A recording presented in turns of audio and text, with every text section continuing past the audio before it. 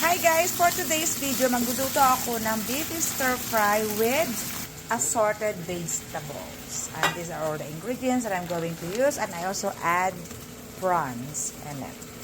And stir fry muna natin yung ating sliced beef.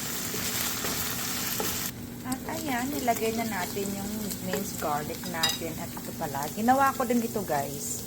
Nilagyan natin siya ng olive oil. Yan ang homemade minced garlic. Ayan, sinet aside natin yung beef natin. At balik natin siya mamaya. Lagyan na natin yung mga vegetables. Uunahin natin yung medyo matagal maluto. Ayan. So, ayan guys, ilalagay na rin natin yung the rest of the ingredients.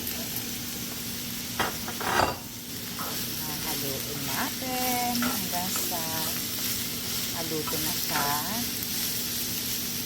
I love the colors.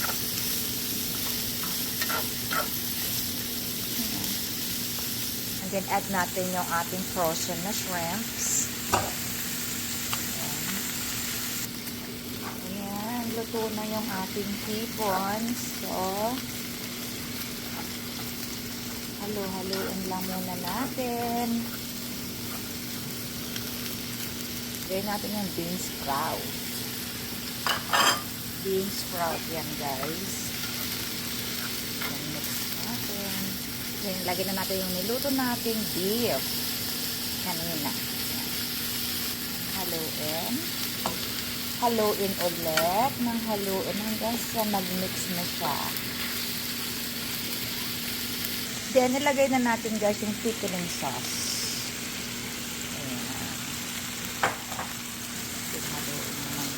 Haluin ulit natin siya hanggang sa mag-mix na yung sauce niya. Yan. Ito pong luto na to is stir-fry beef with shrimp.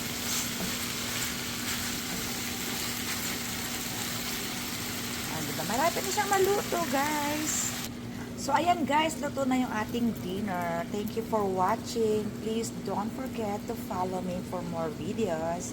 And please comment down below kung taga saan kayo at kung saan nakarating ang video ko na to. O, ayan, diba? Thank you for watching. Bye for now.